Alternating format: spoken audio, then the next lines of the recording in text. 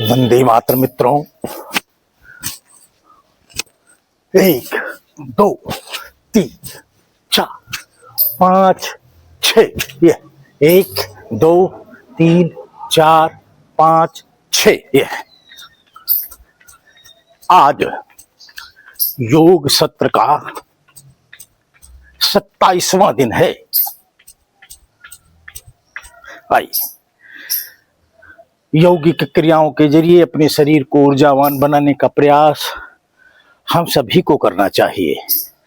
जब हमारा शरीर ऊर्जा से भरपूर होता है तो वह उत्साह का जनक होता है। ये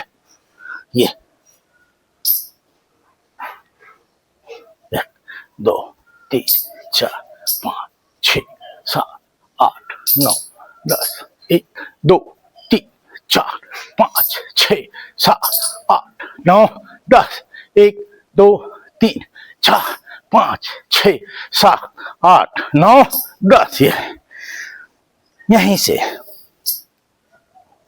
पंजे के ऊपर बैठ जाना। ये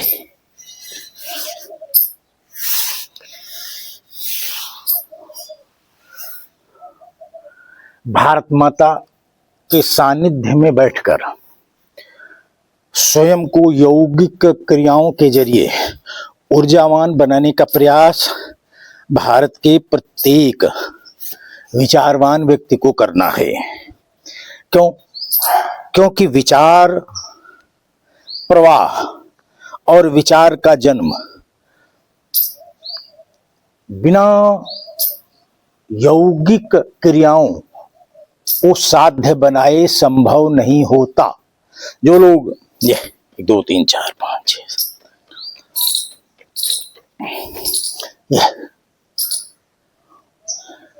जो लोग प्रकृति से ऊर्जा प्राप्त किए बिना ही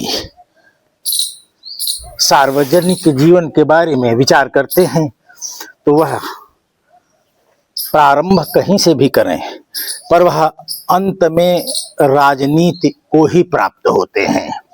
भारत राजनीति से संचालित नहीं हो सकता, अभी तक किया गया है, इसलिए उसका परिणाम देख लीजिए। भारत कन्वर्ट और विधर्मियों के कब्जे में चला गया। कन्वर्ट लोगों की मानसिकता भारतीयता की नहीं रह गई, वह भारत को ललकारने लगे। स्वयं भारत माता की संतान होने के बावजूद वह भारत माता की प्रति अपशब्दों का प्रयोग करने लगे। ऐसे लोगों को दंडित करना नितांत आवश्यक है, वरना भारत माता का मजाक इसी तरह बनता रहेगा और हम सब इस तरह की साधना का ढोंग करते रहेंगे। कुछ लोग समाज में अराजकता पैदा करने का प्रयास कर रहे हैं क्योंकि उन्हें ज्ञात है कि समाज संगठन जो कार्य कर रहा है वह कभी भी पूरा नहीं होगा। क्योंकि भारत में अंबेडकर का संविधान लागू है, इसलिए संघ के प्रयासों को पूरा नहीं होने दिया जाएगा। ऐसा कहने वाला एक वर्ग इस भूमि पर उपस्थित है। उस वर्ग का संज्ञान लिए बिना हम पतवार चलाते जाएंगे, मंजिल आएगी आएगी, इस तरह के मूर्खतापूर्ण गीतों में उलझा देना यह एक सोची समझी रणनीति का अंग लग रहा है। उतनी ही बातें बोला करो जितनी आपके अंदर करने की क्षमता हो। कल्पनाओं में सुनी सुनाई बातों पर अमुक व्यक्ति ने ये कहा था, इसलिए मैं उस महान व्यक्ति का उद्बोधन दोहरा रहा हूं, इसलिए मैं उनसे अधिक महान हो गया। उस महान व्यक्ति ने ये बड़ा काम किया था, मैं उसका वह बड़ा काम आम जनमानस को बता रहा हूं, इसलिए मैं उससे भी बड़ा महान हो गया। इस तरह की वैश्यारूपी धर्मनिरपेक्ष राजनीति की शैली राजनीति में जन्म ले चुकी है। वह धीरे धीरे हमारे समाज संगठन के अंदर भी आ गई है। जो जहां बैठा है वह अपने पद को बचाने और उस पद के आधार पर जो लाभ उसे प्राप्त हो रहे हैं उसे ही प्राप्त करते रहने की योजना सिर्फ बची है। शेष मस्तिष्क में कुछ भी नहीं है। सिवाय राजनीतिक गंदगी के। इस गंदगी के आधार पर भारत को प्रकट किया जाएगा, इस वैचारिक गंदगी के आधार पर समाज में परिवर्तन लाया जाएगा, या भ्रामक बातें करना बंद कर दी जाए। क्योंकि शतायु के हम हो चुके हैं, इसलिए हमारी कोई बात आवाहन के रूप में मानी नहीं जाएगी। क्यों? हमने कोई प्रयोग किया है, हमने समाज राष्ट्र में कोई शोध परक स्थिति पैदा की है। वह शोध परक दस्तावेज क्या है? इसी दुर्व्यवस्था में उछलना कूदना, या इस दुर्व्यवस्था के स्थान पर कोई नई व्यवस्था को जन्म देना। इन विषयों को ध्यान में रखकर जब हम यौगिक क्रिया को साधेंगे तो जो ऊर्जा हमें प्राप्त होगी वह ऊर्जा राष्ट्र को इन समस्याओं से मुक्ति के लिए होगी। हमारा राष्ट्र वैचारिक कुष्ठ रोगियों के दायरे में चला गया है। वह स्वयं वैचारिक कुष्ठ रोगी हैं, पर भारत को ज्ञान दे रहे हैं, और इस तरह ज्ञान दे रहे हैं कि वह विचार शून्यता का प्रमाण लेकर अन्यों को हतोत्साहित करके अपने इस विचार शून्य वातावरण को विचारवान बताने की कोशिश कर रहे हैं। यह एक प्रकार की संगठन के साथ की जा रही गुप्त साजिश है। हमारे बारे में यह बात लोगों के मन में घर कर गई है कि आज जो मैं विचार प्रवाह में बोलता हूं, अगले 8 से 10 वर्ष के बाद हमारा समाज संगठन उसी विचार प्रवाह में कही हुई दृष्टि के आधार पर चलना प्रारंभ करता है। क्या यह कहना उचित होगा कि क्या समाज संगठन को संचालित करने वाले, चलाने वाले लोग वर्तमान इस राष्ट्र नीति के आवाहन से 10 वर्ष पीछे चल रहे हैं? अगर वह पीछे चल रहे हैं तो राष्ट्र और समाज को कुछ भी नहीं दे सकते सिवाय भ्रम की स्थिति के अलावा। आइए, 3 प्रकार के योग, ग्रीवा योग, कर्ण योग और चक्षु योग, इनका अभ्यास हम सतत कर रहे हैं। आज योग सत्र का 27वां दिन है। योग करते करते अपने राष्ट्र व समाज की चिंता भी करना, यह हमारे कर्तव्य के दायरे में आता है। मैकाले की शिक्षा लिए हुए लोगों ने हम लोगों को पढ़ाना शुरू कर दिया है कि योग से बीमारियां ठीक होती हैं। जब आप पहले दवा लेने जाओ डॉक्टर के पास तो वह दवा लिखता था, अब दवा के साथ वह आसन और योग प्राणायाम भी लिख देता है। माने वह बीमारी ठीक आसन, योग और प्राणायाम से होगी, पर वह पैसा लेकर उसे अपनी दवाओं से ठीक होना सिद्ध करेगा। यह भी एक तरह का हमारी योग विद्या के साथ घात माना जाएगा, और यह घात इस भूमि पर होने लगा है। फिर भी बुद्धिजीवी कहने वाले लोग विचार शून्य ठीक वैसे ही बने हैं जैसे 1 जनवरी को भारत के कन्वर्ट हिंदू, जो कन्वर्ट ईसाई और बौद्ध हो चुके हैं, वह सब ईसाई नववर्ष मनाने हेतु हमारे मंदिरों में उमड़ पड़े, और मंदिरों के प्रबंधकर्ता प्रसन्न हो गए, उनको चढ़ावा मिल गया। वो इस बात की चर्चा करने लगे कि देखो 1 जनवरी को नववर्ष मनाने हिंदू समाज कितने बृहत रूप में हमारे मंदिरों में आया है, जबकि उन्हें इस बात पर शर्म आनी थी, और शर्म के बजाय उन्हें गर्व की अनुभूति हो रही है। इसका अर्थ है वह स्वयं वैचारिक रूप से कन्वर्ट अवस्था में पहुंच चुके हैं, इसलिए उनके अंदर पौरुष समाप्त हो चुका है। वह बैठे बैठे दीमक की तरह सिर्फ इस व्यवस्था को चट कर जाएंगे, और अब कुछ भी बचा नहीं है। क्यों? क्योंकि मानसिक दुर्बलता को प्रबलता में बदला जा सकता है अगर हम चरित्र ही ऐसा बना लें, तो जानबूझकर ऐसा बना लें, किसी लालच में ऐसा बना लें, कुछ क्रिमिनलों के साथ मिलके काल्पनिक रूप से अपने को बना लें, ताकि जिन लोगों ने हमको आदर्श के रूप में माना है वो पीछे हट जाएंगे और भटक जाएंगे। उसके द्वारा तैयार की हुई व्यवस्थाओं को बैठ के खूब चर चर खाएंगे, यही भाव सभी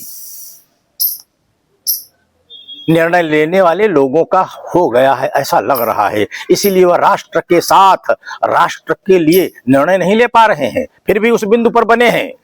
इस साजिश को समझना होगा। आइए, ग्रीवा योग, मेरुदंड को सीधा करना और गर्दन को तनाव मुक्त कर देना। 1 2 3 4 5 6 7 8 9 10 1 2 3 4 5 6 7 8 9 10 1 2 3 4 5 6 7 8 9 10 1 2 3 4 5 6 7 8 9 10। यही से 1 2 3 4 5 6। वापस आइए। 1 2 3 4 5 6। ये नहीं से खींचिए, कंधों को बलिष्ठ बनाइए। जिनके ये हिस्से कमजोर हैं, मस्तक के मध्य बिंदु पर बाईं गदेली को रखना और दाईं गदेली से आगे से पीछे की ओर बल देना।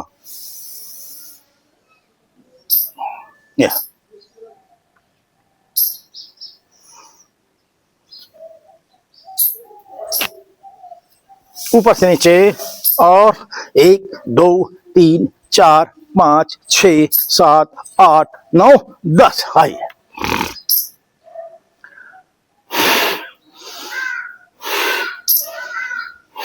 कर्ण योग विधि हम सबको ज्ञात है। आइए, मस्तक के मध्य बिंदु पर विपरीत दिशा में इस आज्ञा चक्र को यह विपरीत दिशा में बलपूर्वक दबाव देते हुए घसीटना। इससे इसकी सुप्तावस्था टूट जाएगी, इसमें हलचल मचाएगी। हाय,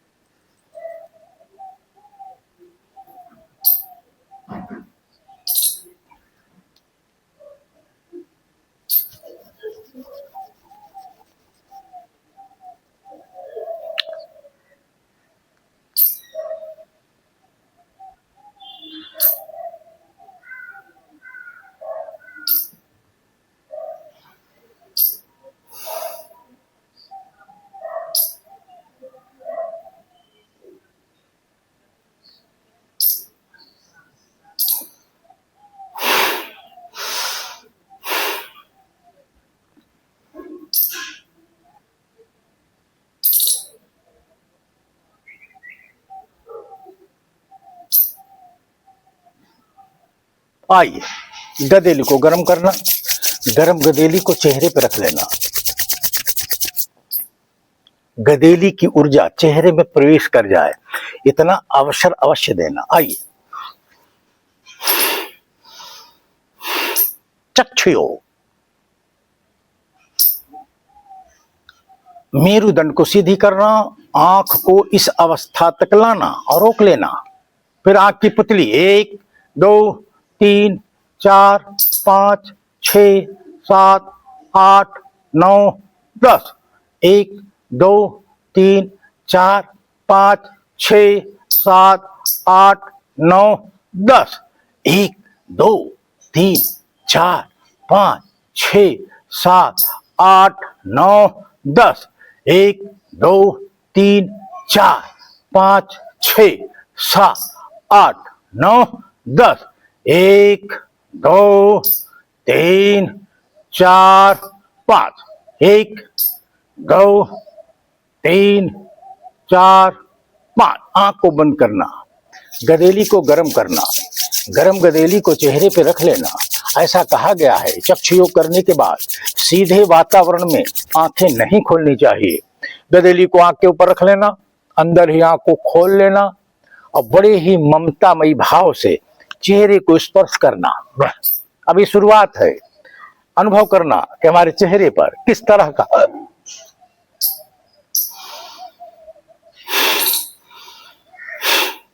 1 2 3 4 5 6 7 8 9 10 1 2 3 4 5 6 7 8 9 10 यहीं से 1 2 3 4 5 6 वापस आइए 1 2 3 4 5 6 ये पकड़ लिया यहीं से ये हल्का सा मुड़ गया ये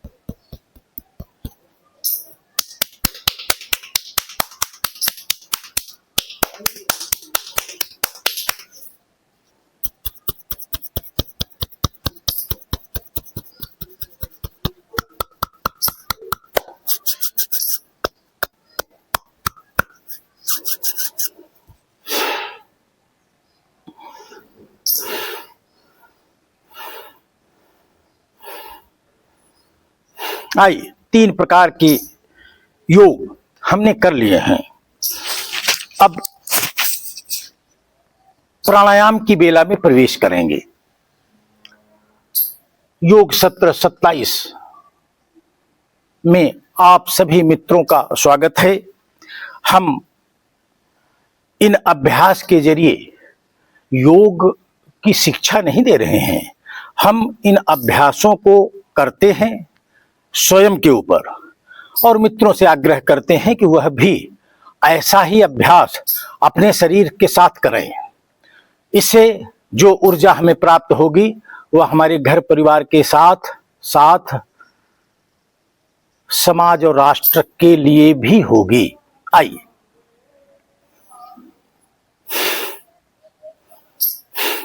कपालभाति विधि हम सबको ज्ञात है। इसको जितना अधिक पारंगत तरीके से हम करेंगे, जितना ही इसमें हम विशेषज्ञता हासिल करेंगे, उतना ही हमें लाभ होगा। लाभ किस तरह का होगा? लाभ कोई बीमारियां ठीक हो जाएंगी क्या? या हम बीमार नहीं हैं और प्रतिदिन योग का अभ्यास करते हैं तो लाभ किस चीज का होगा? तो लाभ के लिए हमको आपको एक सूत्र समझना होगा। योगेन चित्तस्य पदेन वाचाम मलम शरीरस्य च वैद्यकेन उपाकरोतम प्रवरम मुनिनाम पतंजलि प्रांजलि रामतो अस्मि। योग से बीमारियां नहीं, योगेन चित्तस्य पदेन वाचाम मलम शरीरस्य च वैद्यकेन। योग से हमारा चित्त शांत होता है।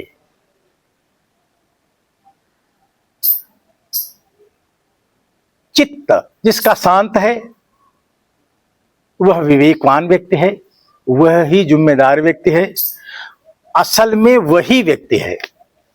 बाकी तो अनेक तरह के भार वहन करते हुए विचार शून्य मानव रूपी कीड़े मकोड़ों की भांति बजबजाना, समाज को बिना परिणाम दिए उस पर बोझ की भूमिका में रहना, यह सभी कार्य मानव नहीं कर सकता। यह मानव के शरीर में व्याप्त कोई राक्षसी प्रवृत्ति जो हमें राष्ट्र व समाज से दूर करती है और स्वयं के हितार्थ ही केंद्रित रखना चाहती है। आइए कपालभाति विधि हम सबको ज्ञात है, करो।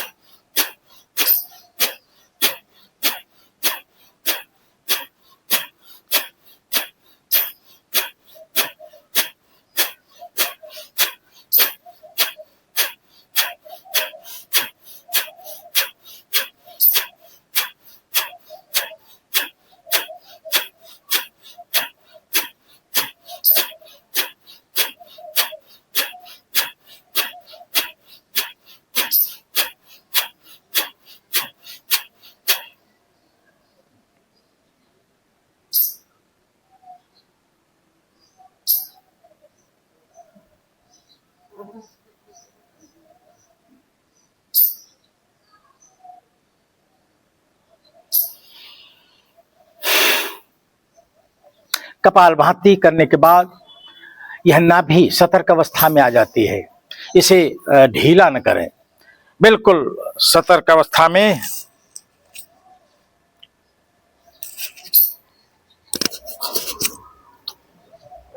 आइए हम सब भस्त्रिका प्राणायाम विधि हम सबको ज्ञात है। श्वास भरते हुए ऊपर जाना,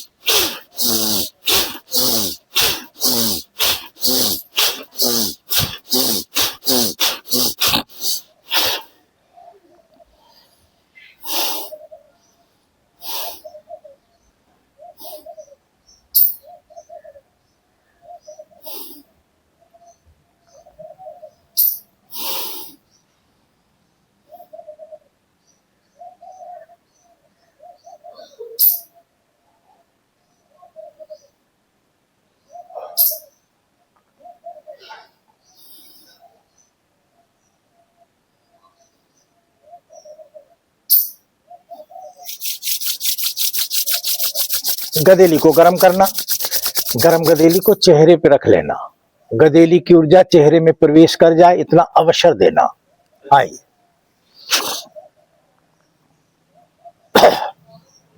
हमारा सहस्त्रार चक्र, हमारा आज्ञा चक्र, हमारा विशुद्धि चक्र, हमारा हृदय चक्र, हमारा नाभि चक्र, हमारा स्वाधिष्ठान चक्र और हमारा मूलाधार चक्र या मूलाधार चक्र, स्वाधिष्ठान चक्र, नाभि चक्र, हृदय चक्र, विशुद्धि चक्र, आज्ञा चक्र और सहस्त्रार चक्र, यह चरण है। मानव चेतना इसी स्वाधिष्ठान चक्र में अटक जाती है, इससे ऊपर नहीं उठती, पूरा जीवन वहीं पर निकाल देती है।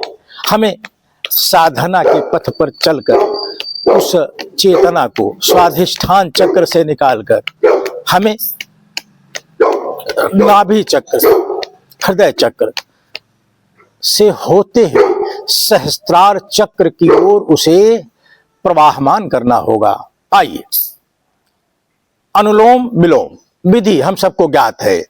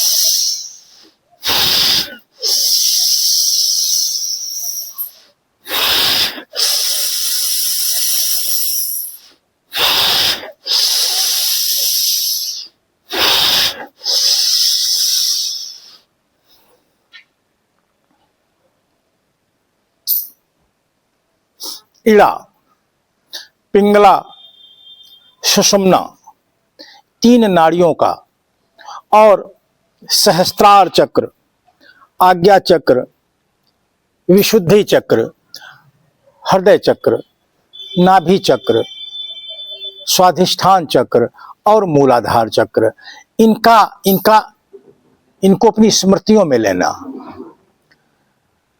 ये जानना कि हमारे शरीर के अंदर कितने चक्र हैं, उन चक्रों से कौन कौन अंग जुड़े हैं, यह अगला चरण होगा। आइए, चक्र और नाड़ी का ज्ञान अगर हमें है तो हम अपने शरीर के अंदर की केमिस्ट्री को सुव्यवस्थित कर सकते हैं। आइए, अनुलोम विलोम के बाद यह हमारा अनुलोम विलोम नाड़ी तंत्र का शोधन करता है। जब